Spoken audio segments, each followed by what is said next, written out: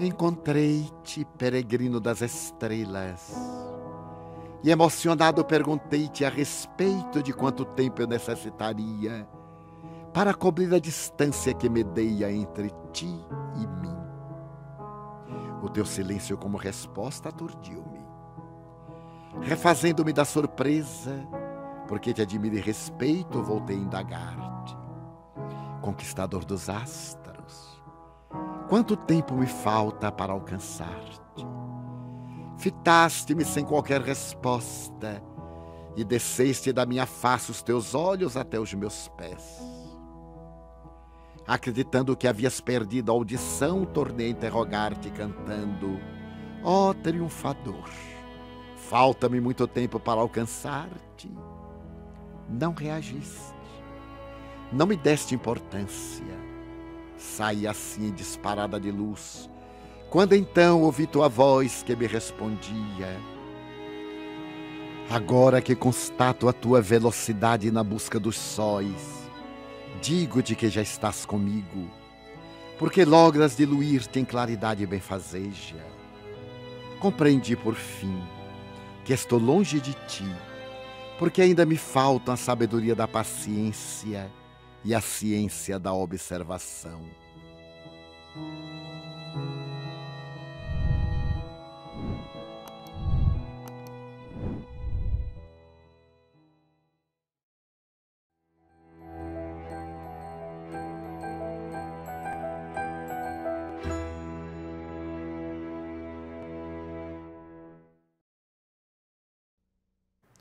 Muito boa noite a todos.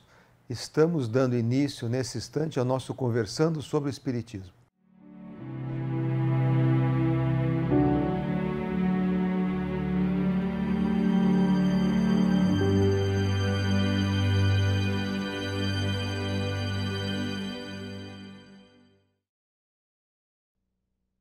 Para o início dos trabalhos da noite, convidamos a nossa irmã Solange Seixas para proferir a prece de abertura. Senhor e Mestre Jesus, nosso divino pastor, o Natal chega e com ele as esperanças se renovam. Lembrando que naquela noite uma grande luz brilhou nos céus e numa casa humilde e simples, numa estrebaria, tu vinhas dando a lição de humildade e simplicidade para todos os povos. E assim, jornadeaste pela terra, levando o consolo, a esperança, a coragem a todos os corações.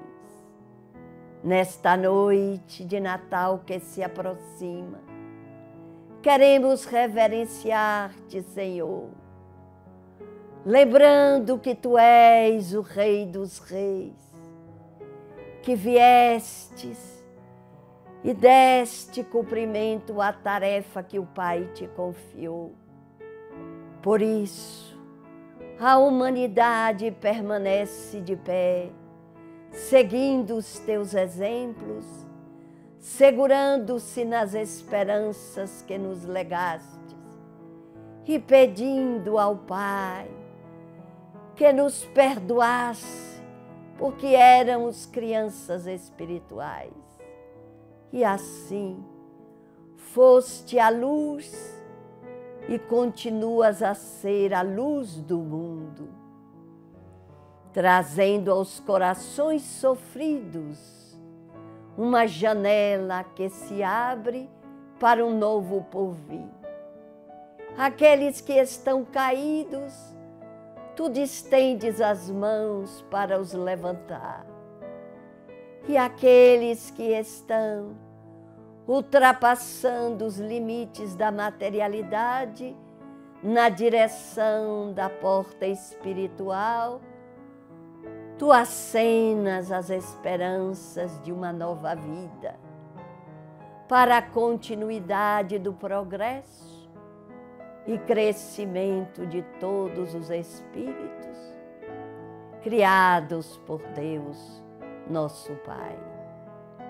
Tu és, Senhor, o grande sol que brilhou em nossas vidas, cuja terra te reverencia, aquecidos pelo teu legado de amor, trazendo a todos um dia diferenciado, aonde a paz deve revestir os corações, as atitudes serem de abnegação, de misericórdia, entre todos os irmãos da terra.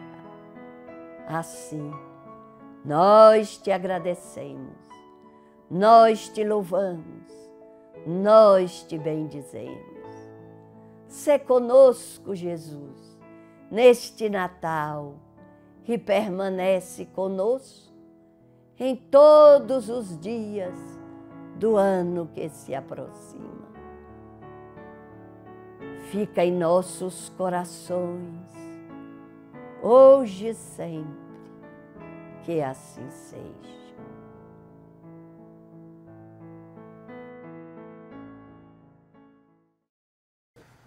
Muito boa noite a todos. Hoje temos a grata satisfação de termos conosco o nosso irmão Wellerson, de Belo Horizonte, Minas Gerais.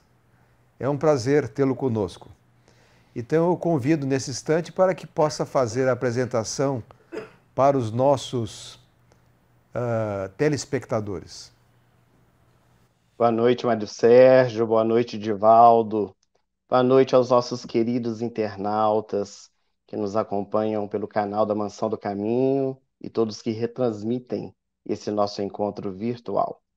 É uma alegria para o meu coração poder participar do Conversando sobre Espiritismo. Conforme o Mário Sérgio disse, resido em Belo Horizonte, sou voluntário do Grupo da Fraternidade Espírita Irmã Sheila, bem como da ONG Fraternidade Sem Fronteiras, uma instituição que realiza atividades tanto aqui no Brasil quanto na África. Somos coordenadores da Caravana da Educação. Temos 31 livros publicados, cuja renda é revertida para as instituições de caridade.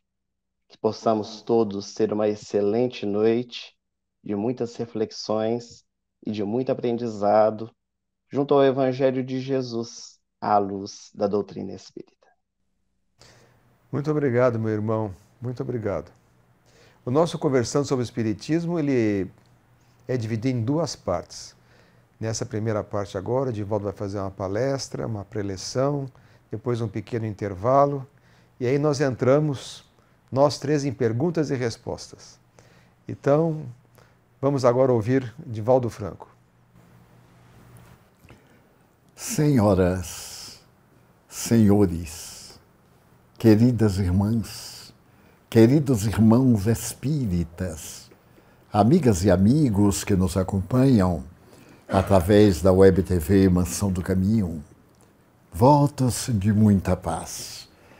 Somente ouvimos a palavra turbilhão e ao lado dela aquelas que são consequência natural, sofrimento, angústia, ansiedade, expectativas legítimas, expectativas vãs. E nos deixamos arrebanhar por essa multiface de desafios, de problemas, perdendo o nosso tempo abençoado nesta encarnação, que nos faculta a libertação dos males a caminho da plenitude. Meditando nessa ocorrência de todo dia, veio-me à mente uma lembrança no período do século passado, quando a Guerra Fria estava no seu auge, apareceu pela América do Sul, particularmente no Brasil, especialmente na Bahia, um sacerdote americano chamado Padre Peyton. Ele trazia uma tarefa. Era uma tarefa muito singular que a Igreja Católica lhe havia encomendado, e que ele realizava com infinito zelo e prazer. Tratava-se de rezar o rosário em família. E o seu slogan era este: família que ora unida, permanece unida. Naquele tempo, fascinei-me e acompanhei na televisão uma que outra das suas atividades, divulgando a necessidade da prece em família. Porém, o meu júbilo era ainda maior, porque nós, os espíritas, desde muito antes, já realizávamos essa nobre atividade com a epígrafe de O Evangelho no Lar. O culto, mais tarde, substituiu-se a palavra, porque não temos em nosso movimento espírita cultos cerimoniais, práticas que se transformem em ritualística. Passamos a ser o estudo do Evangelho no Lar. Uma noite por semana dedicada à comunhão com Jesus, com Deus, através do Evangelho do Lar. E repetíamos com um retoque a frase do Padre Peyton: a família unida em torno do Evangelho recebe Jesus em casa, como um hóspede especial. O Evangelho expandia-se. Os espíritas, em grande número, transformávamos nossas casas em verdadeiros santuários. Reservávamos, e ainda reservamos, uma noite que era especial nas 7 noites da semana para conversar com Jesus. Afinal, nós dedicamos 24 horas ao corpo, às atividades do corpo, ao trabalho, ao repouso, ao divertimento, à cultura, aquilo tudo que diz respeito às necessidades da evolução intelecto-moral da criatura humana. Mas nem todos nos lembramos que somos espíritos imortais e que, por mais longa seja a nossa atividade terrestre, momento ocorre em que é interrompida através do fenômeno da morte ou da desencarnação.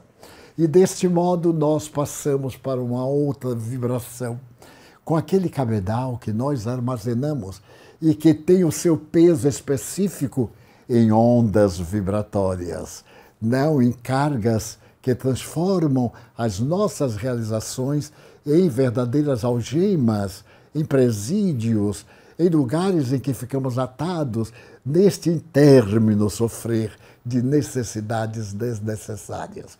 Então, hoje, eu me estava lembrando de conclamar os nossos telespectadores, os nossos amigos que nos ouvem, que nos acompanham, a esta reflexão. Você, por acaso, está fazendo o estudo no Evangelho do Lar? E me perguntará, você que não sabe, o de que se trata? Eu lhe vou explicar. Uma vez por semana, no horário naturalmente noturno, em que todos estamos no lar, você escolhe aquela noite de maior aprazimento, de tranquilidade, em que a família se possa reunir. Não é um trabalho de natureza objetiva para poder reter o tempo e que se torne monótona ou desagradável. É um encontro para vivermos a família do ponto de vista espiritual. Naturalmente, se nós não temos o hábito, nossos filhos vão estranhar. É natural. Vão dizer, mas eu tenho que estudar. Não se trata de impedimento de nenhuma atividade, porque o tempo é breve, são 30 a 40 minutos. Se nós desejarmos alongar, porque é uma conversa muito saudável, é um momento em que os pais também podem trocar ideias com os filhos, que o façamos. Mas, como o tipo do estudo do Evangelho é um período muito breve, ele pode ser antes da refeição, após a refeição, antes de dormir, em qualquer hora. Hora essa que nós estabeleceremos como habitual, para que os espíritos nobres anotem nas suas agendas e possam vir participar também. Porque os espíritos convivem conosco. E se estamos em atividades honoráveis, eles vêm participar, aliás, com muito júbilo. porque a tarefa dos espíritos nobres é a de promover a sociedade através dos homens e das mulheres dedicados ao bem. Então, nós estabelecemos a hora X. Reunimos-nos, a mesa muito simples, uma ligeira toalha, se quiser ou não quiser, um vasilhame de boca larga ou estreita, não é importante, com água. Cobrimos com um tecidozinho delicado. E agora vamos orar. Fazemos uma prece de acordo com a nossa crença religiosa. E se não tivermos crença religiosa nenhuma, também podemos fazer. Elevar o pensamento à causa primeira do universo. Chamar por Deus: Senhor, eis-nos aqui, no teu lar. Por favor, vem visitar-nos. Estamos carentes do teu auxílio. Digamos ao Pai, a Jesus, nosso irmão maior, aquilo que nós desejarmos. E tomemos-lhe o Evangelho segundo o Espiritismo, sendo nós espíritas, ou outra obra de qualquer referência religiosa, ou até mesmo uma obra que, não sendo religiosa, é otimista. Ela traz uma terapia positiva para nos ajudar a libertar-nos das ideias fixas, das paixões perturbadoras. Lemos uma página, depois comentamos, pedimos à esposa, ou a esposa pede ao marido, ou pedimos aos filhos para que entreteçam uma ligeira conversação, uma interpretação. Por isso que é um estudo.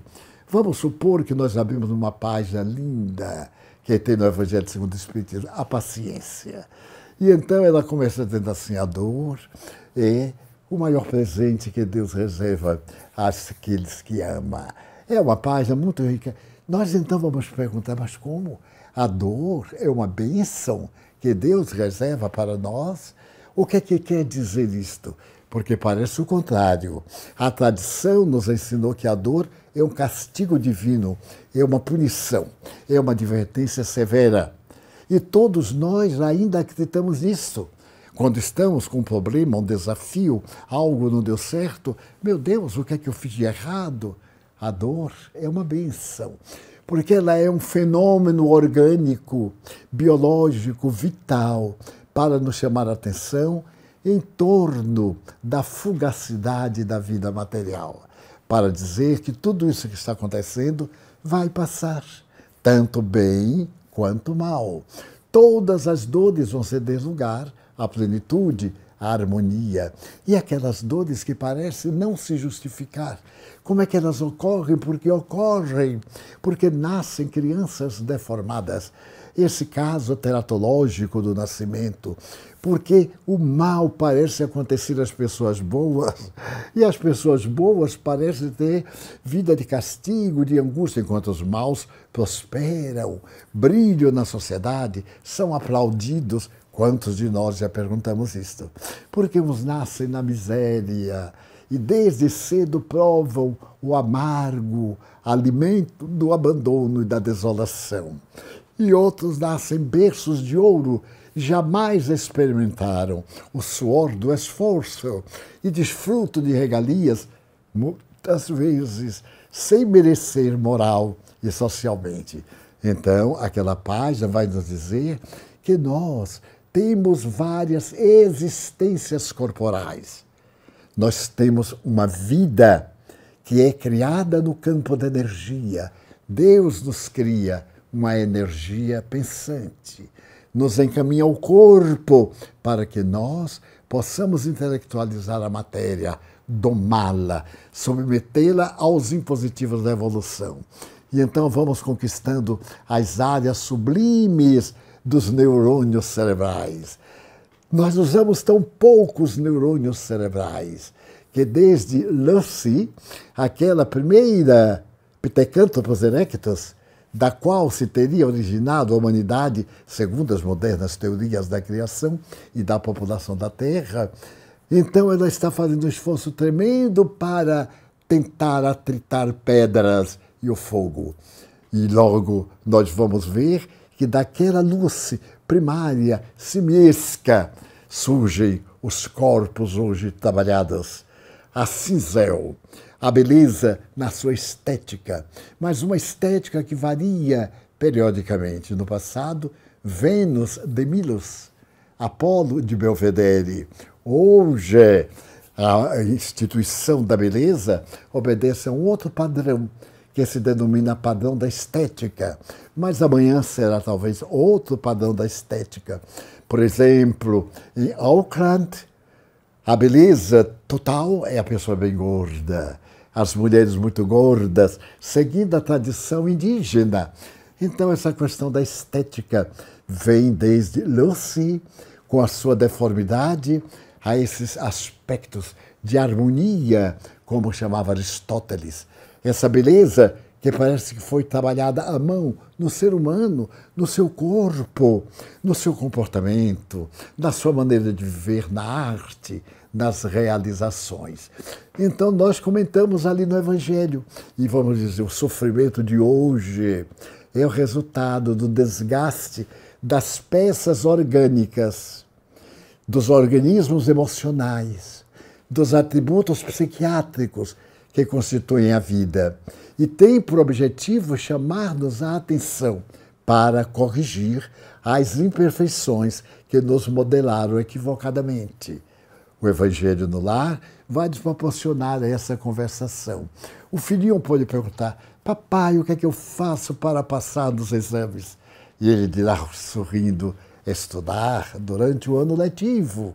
Não estudar somente a hora para poder aprender para passar, mas estudar para transformar sua vida num conhecimento que dê dignidade, que dê valor, que dê sabedoria, que torne o indivíduo esse biótipo da perfeição sonhada por aqueles estetas de todas as épocas. Então, depois de ler o Evangelho, outro livro com a semelhança da bondade, da ética, da evolução, depois do comentário, nós então faremos algumas perguntas, abordaremos alguns problemas que ocorreram durante a semana, algumas contrariedades que poderíamos ter evitado, discutiremos alguma coisa que ficou em pauta e que naquele momento de paz poderemos abordar sem qualquer conflito e sem qualquer reação nervosa, porque estamos todos tranquilos, orando, pedindo a Deus. Poderemos também trazer peças, uma página linda de uma poesia, de uma narração, tomar de um fato que aconteceu naquele dia e comentarmos à luz da doutrina cristã ou da doutrina de outra natureza a qual estejamos vinculados. Então, isso nos vai harmonizar na Terra, transformando-nos em irmãos pela mesma vibração de harmonia de natureza energética. Bem, depois, isso aí já deve ter passado uns 20 minutos, porque o nosso filho falou, também disse, olha, eu memorizei uma prece. Eu li na internet uma prece, a prece do alvorecer, a prece de Cáritas, uma das mais lindas que jamais se escreveu. Era uma grande dama da sociedade francesa. E esta senhora era médium. Então, numa noite de Natal, no século XIX, ela escreveu, ditada pelos espíritos, pelo espírito Cáritas. Cáritas é o pseudônimo de uma jovem que foi martirizada em Roma, na época do cristianismo primitivo. É um anjo de luz e ditou essa prece, que tem uma síntese mais ampliada do que a síntese do Pai Nosso.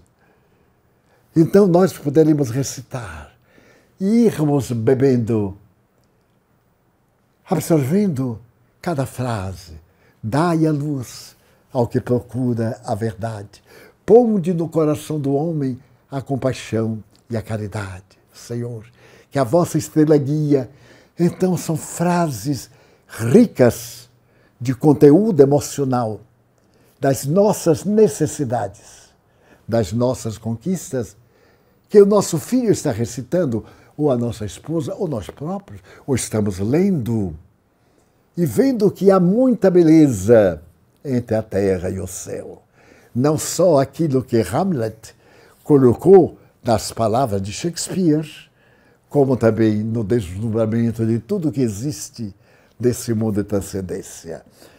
Terminadas essas considerações, diminuímos a luz, a claridade da luz, que a luz elétrica, esse tipo de luz, tem a propriedade de destruir os fluidos, as energias fluídicas, aquelas que materializam, que carregam as vibrações elevadas, como também as vibrações baixas. Então nós diminuímos, não apagamos totalmente, fazemos um ambiente de penumbra. Se pudermos, colocamos uma música clássica, suave, terapêutica. Hoje nós temos na internet milhares de músicas terapêuticas, de músicas New Age, que nos sensibilizam, de músicas da natureza, desde a natureza em desespero de tempestade, até a natureza florida de bênçãos e de realizações. E nesse momento, o organizador do culto, o pai ou a mãe, o filho ou o irmão, vai orar. Orar pela humanidade. Senhor, tem compaixão dos que sofrem. Ajuda aqueles que estão à borda da loucura, os suicidas, que não tiveram tempo de esperar a solução do problema. Ai, fulano de tal, meu querido amigo, que desencarnou. Beltrano, que está com drama de família. E vamos orando, atraindo o pensamento de ternura, de compaixão, de solidariedade. Como disse Jesus, orai uns pelos outros. E nós temos esse dever de penetrar nas ondas do universo e emitir vibrações valiosas, misericordiosas, harmônicas para o nosso próximo, para os irmãos animais, para as nossas plantas, para a natureza, para a vida, em uma doce harmonia. E vamos repetindo. Depois, uns 5 minutos, descobrimos a água e pedimos a Jesus que repita o fenômeno da transmutação da água no sabor de vinho que aconteceu no casamento de Emaús. Que ele faça isto em nossa água, atribuindo-lhe propriedades curativas, saudáveis, renovadoras. Pedimos que abençoe aquele líquido que vamos ingerir. E, por fim, fazemos uma peroração pela paz, um apelo. Pedimos a Deus a nossa paz, a paz do lar, da sociedade na qual nos encontramos, a paz na terra. E ainda mais neste mês de Natal, aquela linda mensagem dos anjos. Glória a Deus nas alturas, paz na terra, aos homens e mulheres de boa vontade. Aí encerramos, tomamos a água, conversamos, ficamos um pouco, nos deliciamos. E nessa noite, pelo menos, evitemos balbúrdias, tumultos, porque Jesus está psiquicamente em casa. Nós o convidamos. E nosso apelo vai e volta, porque somos antenas. Essas antenas que emitem e que captam. Vêm também os nossos familiares queridos. Vêm também os que nos perseguem, os obsessores, os inimigos de outras existências, ou desta, caso estejam desencarnadas. E eles ouvem, é uma terapia coletiva, uma constelação que nos faz lembrar muito as constelações familiares, que hoje são terapêuticas extraordinárias. O Evangelho no lar é uma necessidade. Muitas vezes, numa família longa, com pessoas de temperamentos diferentes, adultos, nós encontramos objeções, mas não desistamos de gentilmente insistirmos. Se forem, por exemplo, nossos filhos naquela faixa da rebeldia, 10, 14, 16 anos, mas eu não posso, hoje é dia de encontrar meu namorado ou aquilo, ou eu não vou ficar em casa, que eu não sou um babaca, como se costuma dizer. Nós sorrimos e dizemos, olha, meu filho, enquanto você viver sob as minhas expensas, isto é, enquanto eu lhe prover de tudo, porque tudo eu provejo você, também eu vou lhe dar uma orientação psíquica, emocional, de natureza psiquiátrica, para você poder libertar na catarse da oração os conflitos, as angústias, as ansiedades. Você terá que atender. Quando você tiver independência econômica e tiver o controle da sua vida, faça como quiser. Mas a mim me cabe, da forma que eu o educo e o instruo para o futuro, oferecer-lhe material que talvez um dia você necessite. E que mesmo não necessitando, somente lhe faz bem. E de alguma forma não cedamos. Se o nosso filhinho, bem pequeno, adormecer ali, não faz mal nenhum. Se o nosso filho de braços ficar inquieto, como um pretexto para nós interrompermos, continuemos. Porque forças antagônicas, forças do mal, que pretendem que nosso lar seja um inferno, onde exista somente a discussão, no qual nós tenhamos desgosto e não temos vontade de ir para casa. Nós deveremos insistir no bem. Quantas vezes eu tive necessidade imensa de correr para casa, porque a nossa casa sempre foi um cantinho de paz. E éramos 15 pessoas, 13 filhos e os meus pais. E quantas vezes neste verdadeiro laboratório emocional, minha mãe era o centro em torno de quem todos nos movimentávamos. No seu sorriso cândido, nos seus olhos verdes e na sua palavra amiga e gentil. Então podemos trazer e devemos fazer isto em memória de Jesus. Jesus fazia na casa de Simão Pedro, onde ele se hospedava em Cafarnaum. A casa de Simão era a casa feita com a lava de vulcão. Ali as pedras são todas de lava. E ficava bem a 50 metros da praia. Assim próxima estava a sinagoga, uma das mais famosas, porque Cafarnaum era uma cidade que disputava da honra de uma sinagoga. E depois que se fazia a refeição e os amigos estavam ali, iam à beira do mar, das barcas, ou ali ao quintal, e ante a noite estrelada, beijada pelo sublime resplandecer da natureza, Jesus conversava com seus discípulos.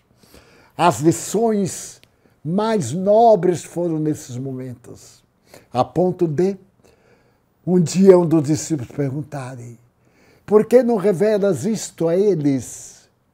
Porque ele revelava exatamente ao grupo escolhido, aquelas almas que deveriam levar a sua mensagem à humanidade. E ele diz: porque a vós vos é dado saber, e a eles não. Então a nossa família é dado o privilégio de comungar com Deus, através de nós, pela inspiração de Jesus Cristo, no Evangelho, no lar.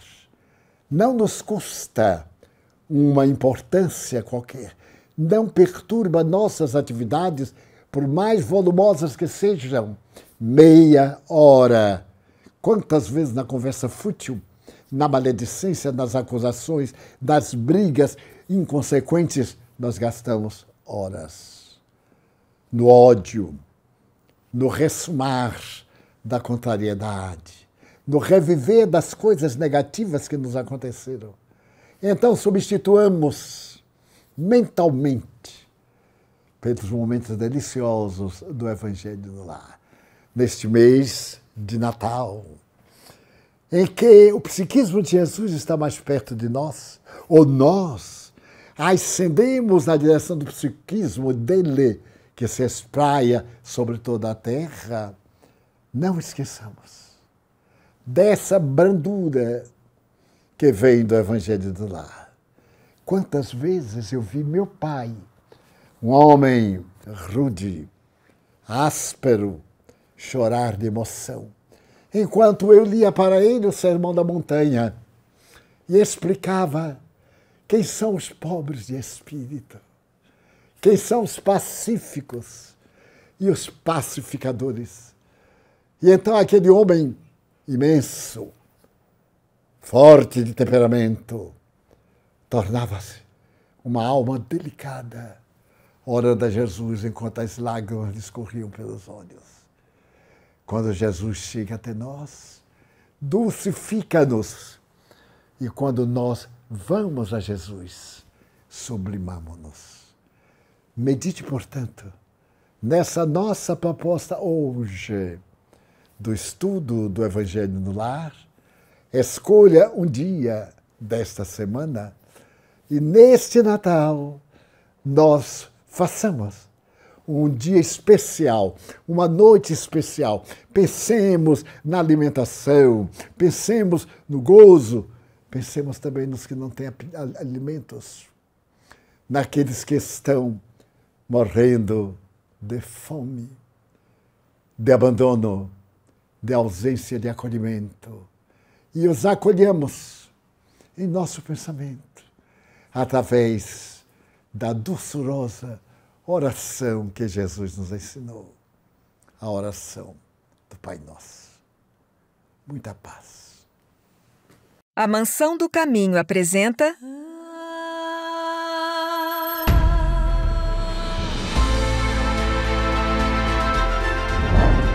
Em todas as épocas, desde aquelas nas quais o princípio inteligente iniciou o seu processo de crescimento, encontrou outros seres que se caracterizaram pela ferocidade e percepções elevadas da vida.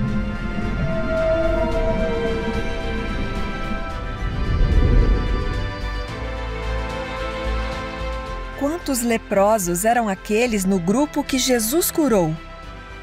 Por que somente um voltou para agradecer-lhe a vida e a rapidez da conquista da saúde? E os outros, para onde seguiram?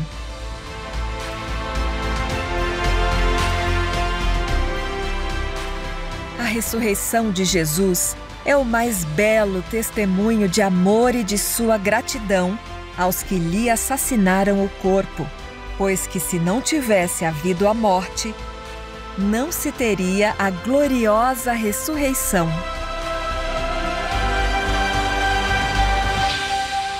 Vida Plena, de Divaldo Pereira Franco, pelo Espírito Joana de Ângelis.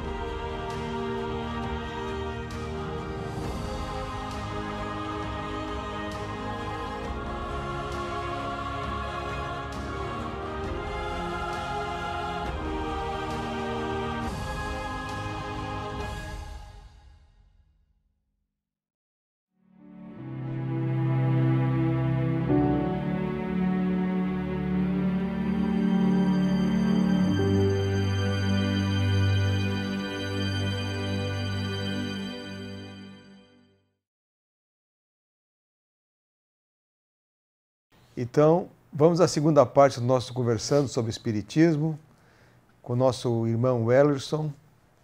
E a primeira pergunta, então, é de você. A Rosângela, ela nos faz a seguinte pergunta. A perda degenerativa da visão em indivíduos relativamente jovens pode ser considerada uma prova ou uma expiação? Rosângela, é muito difícil nós ajuizarmos sobre a problemática de saúde de alguém, porque vários são os motivos que nos levam a desenvolver no organismo físico as enfermidades. Emmanuel, no livro Pensamento e Vida, especialmente no capítulo intitulado Saúde, de uma forma muito didática, ele vai nos ensinar que todas as vezes que nós nos afastamos da lei divina, nós encharcamos o nosso perispírito de vibrações negativas. E ao reencarnarmos, quando o espírito está se vinculando ao corpo físico em formação, pelo psiquismo, ele vai transferindo essas marcas. É como uma esponja que vai lavar a louça suja. A água depois retira aquela sujeira da esponja. A louça suja é a exemplificação do nosso ato perpetrado nessa ou naquela outra existência, cuja esponja é o perispírito, absorve, sendo limpa pela água que é a simbologia da reencarnação. Quando a enfermidade ela se apresenta na nossa vida, por causa dessas condições, essas vivências passadas ou do agora, ressumando no nosso corpo físico a enfermidade, nós temos aí uma expiação. Pode acontecer, porém, que o espírito que está passando por aquela experiência, para ele, seja um aprendizado, o fortalecimento de propósitos no bem, até por uma solicitação desse espírito no mundo espiritual antes de se reencarnar. Neste caso, para ele a enfermidade será uma prova. Mas nós podemos também afirmar que existem muitos casos, em menor escala, da enfermidade ser uma missão. Podemos nos recordar do Evangelho de Jesus, com o cego de Siloé, quando os apóstolos perguntaram ao mestre por que aquele homem havia nascido cego, por causa dos seus pecados ou dos pecados de seus pais. E Jesus traz a resposta, dizendo-nos que nem por uma coisa nem outra, mas para que nele pudesse mostrar o poder de Deus. Podemos também nos recordar da figura de Francisco de Assis, que muito jovem adquiriu tracoma, glaucoma e foi submetido ao ferro em brasa, perdendo a vista. E a sua dor era uma dor missionária. Ele sofreu para nos ensinar a sofrer. Então, o importante, Rosângela, diante da enfermidade, é nós sabermos vivenciá-la, independente de qual seja a natureza daquela enfermidade. Seja uma prova, uma expiação, uma missão, mas sempre procurar retirar a mensagem que ela quer nos trazer.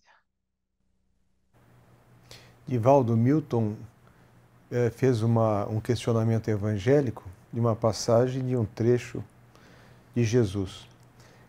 Vai, vende tudo o que tens, dá aos pobres e segue-me. Você poderia nos explicar essa frase, Divaldo, por favor? Em verdade, aí nós temos uma proposta muito difícil, porque Jesus fala dos bens a que aquele jovem estava muito vinculado e que não queria largar de maneira nenhuma. Mas no decorrer da jornada deste diálogo com Jesus, ele diz que até isso ele faria, mas não podia seguir o mestre naquela hora, porque ele ia enterrar o pai. Então, Jesus quer nos mostrar que há tesouros aos quais nos apegamos, que têm muito mais valor do que os tesouros amoedados. E então ele não vai seguir Jesus. Ele tem que ir ao funeral e acompanhar o pai lá na vereda da morte. Isto é, ele escolhe a morte ao invés da vida através do mestre. E o que acontece? Ele chega não porque amasse seu pai, porque estava com interesse na herança. Porque esse testemunho, há muita saudade pelo que deixa. E a tradição demonstra que os herdeiros, nessa hora, devem mostrar um aspecto de muita angústia, de muita dor, para poder fazer jus àquilo que deixam. Quando não deixam nada, ninguém vai ao velório. O velório, ainda hoje, é um lugar de festa, de bebidas, de comidas, de comentários desairosos, de anedotário chulo. Mas, graças a Deus, com o progresso sociológico, já não existem mais tantos velórios. Como, por exemplo, se levar o cadáver para a cremação, são tão poucos aqueles que participam que não há ocasião para essas dissimulações. Daí o jovem estava interessado na morte do pai para ganhar mais dinheiro, embora ele reconhecesse Jesus como mestre e quisesse segui-lo. Ele quer fazer uma proposta. Espera eu voltar. Quando eu voltar, então eu te sigo. Primeiro garantindo o mundo para depois conquistar o espiritual.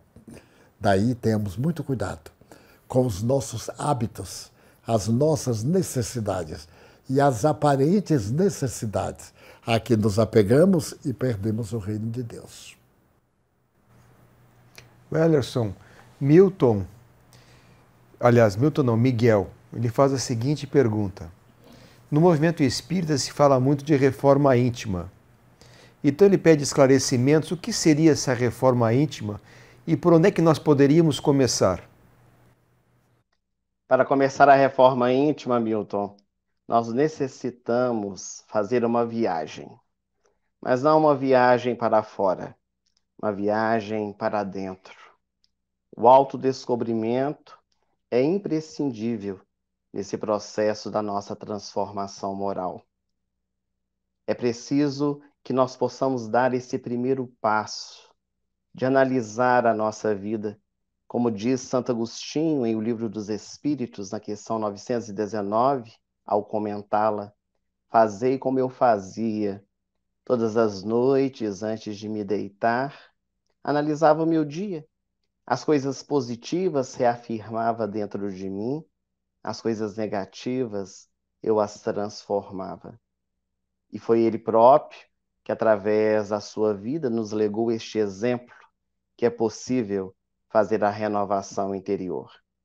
Mas esse processo do autodescobrimento, nós vamos muitas vezes reconhecendo os nossos erros. E quando nós reconhecemos os nossos erros, podemos tomar alguns caminhos. O Evangelho nos diz: e caindo em si, Simão Pedro chorou amargamente. E caindo em si, Judas Iscariotes suicidou-se. E caindo em si, Madalena transformou a sua vida. O ideal é que, diante do reconhecimento dos nossos erros, ao invés da culpa, da cobrança interna, o arrependimento e a transformação. E para isso é necessário nós galgarmos mais um degrau, que é ter a vontade, essa mola propulsora da nossa existência, que nos movimenta, que nos faz sair de um lugar para outro. É necessário que no processo da nossa transformação moral, nós reconheçamos que estamos fazendo a diferença no mundo. Gandhi nos ensinou: seja a mudança que você quer ver no mundo. Muitas vezes nós temos aquela fala daquele ditado popular que todo mundo faz, mas nós não somos todo mundo. Quando nós modificamos a intimidade do nosso coração, automaticamente nós contagiamos aqueles que estão ao derredor por meio do nosso exemplo. E um dos passos também, muito importante, no nosso processo da transformação moral, é quando tomarmos uma decisão positiva, quando iniciarmos a nossa transformação, não retornarmos atrás naquela escolha já positiva tomada. Porque às vezes nós iniciamos esse processo da nossa renovação íntima, caímos, é claro, nos levantamos, mas nos esforçar por nos manter de pé, sem retornar aos erros antigos que muitas vezes falam tão alto dentro do nosso coração. E nas páginas do Evangelho nós temos esse exemplo monumental de Madalena, que conforme diz Emmanuel, é o maior exemplo que nós temos de mudança interior. Então a transformação, a reforma íntima é um processo pelo qual nós passamos para podermos alcançar a nossa plenitude. Divaldo, a nossa irmã Karina, ela teve uma primeira gestação e o bebê durou apenas 16 horas.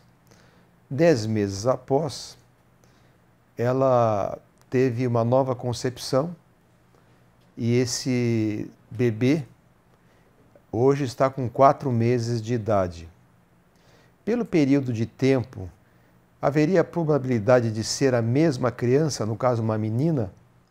Sem dúvida. Invariavelmente, quando o espírito faz a tentativa e não logra êxito, ele permanece ao lado da futura mãe, aguardando que o organismo se refaça e que aquele fator que produziu o aborto espontâneo seja atendido para que a próxima volta seja garantida. Normalmente é o mesmo espírito. E nós vemos aí que foi um período relativamente breve, enquanto o organismo se refazia, para que voltasse, a fim de continuar a trajetória da evolução. Pode ter quase certeza que a filhinha de ontem, que não pôde ficar, foi preparar-se, melhorar os equipamentos, seu organismo reequilibrar-se para voltar aos seus braços. Wellerson, o nosso irmão Heitor diz que na doutrina espírita, a maioria das pessoas que acreditam em reencarnação tem curiosidade de saber o que foram em existências passadas. Mas a doutrina espírita não recomenda estas pesquisas.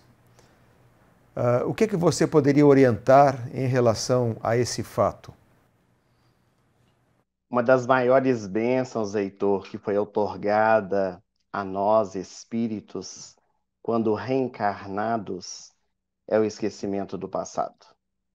Seria muito difícil no nosso dia a dia, com as recordações do passado, lidarmos com os nossos conflitos. Nós já temos dificuldades de transubstanciar, de conviver, de resolver as dificuldades do hoje. Imagina se nós recordássemos de situações que vivenciamos no passado. Vamos supor que um pai recorde-se que o filho o assassinou em existência passada, uma esposa que traiu o marido com o melhor amigo que hoje frequenta a residência em que eles moram. Quantas inseguranças iriam surgir? Mas é claro que a curiosidade sempre paira nas nossas mentes. Poderíamos dizer que essa é uma curiosidade negativa, porque saber não nos auxiliará em nada. Há uma história muito antiga e até conhecida no nosso movimento espírita, de Chico Xavier, que narra que certo dia ele ainda residia em Pedro Leopoldo, uma senhora muito distinta da sociedade, chegou no Centro Espírita Luiz Gonzaga, dizendo ao Chico entusiasmada: Chico, eu venho agora da minha terapia. Hoje fiz uma regressão de memória e tive uma revelação. Eu descobri que em existência passada eu fui Marte, fui devorada pelos leões. Eu fiquei muito feliz com essa recordação, mas ao retornar aqui para a nossa cidade, aqui em Pedro Leopoldo, saindo de Belo Horizonte, fiquei meditando, eu que sou cheia de imperfeições, cheia de vícios, fui Marte, imagine o Chico, com a sua grandeza e a sua iluminação interior. Você sabe, Chico, que foi na encarnação passada? O Chico sorriu para ela e disse-lhe: sei, minha irmã. Eu sei sim o que fui na encarnação passada. Ela regalou os olhos, era a descoberta do ano, do século. E o que você foi, Chico? Eu fui a pulga do leão que te devorou. Essa história do Chico, ela demonstra que o mais importante de saber o que nós fomos é saber quem somos. Nós não podemos dizer que a doutrina espírita, ela não nos recomenda fazer essas pesquisas. Ela nos orienta que nós não busquemos por curiosidade. É lógico que existem muitos casos específicos, tratamentos de traumas, de fobias, de conflitos, com auxílio de um profissional sério, que é inclusive recomendável. Pode ser prejudicial quando o profissional ele não está preparado, principalmente para canalizar aquelas recordações. Nós precisamos também dizer que existem muitos casos de recordações espontâneas, em sonhos, visões, em tratamentos terapêuticos, que vai ocorrer para o aprendizado de todos aqueles que estão envolvidos. Existiram e sempre irão existir grandes estudiosos acerca dessa temática. A terapia de vidas passadas é uma terapia legítima.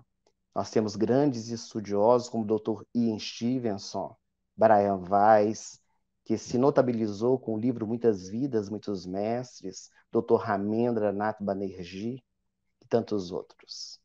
Joana de Ângeles, pelas mãos do nosso querido Divaldo, naturalmente que em outras palavras, ela diz que se nós queremos saber o que fomos no passado, basta analisar aquilo que somos no presente. Então, o importante é nós aproveitarmos o momento presente, porque passado é passado, o futuro ainda virá, e o presente é a construção da agora, na semeadura que nós realizamos. Muito obrigado, Ellerson, pela sua participação. Chegamos ao final do nosso Conversando sobre o Espiritismo desta noite, lamentavelmente. Então pedimos a você que se despeça dos nossos telespectadores.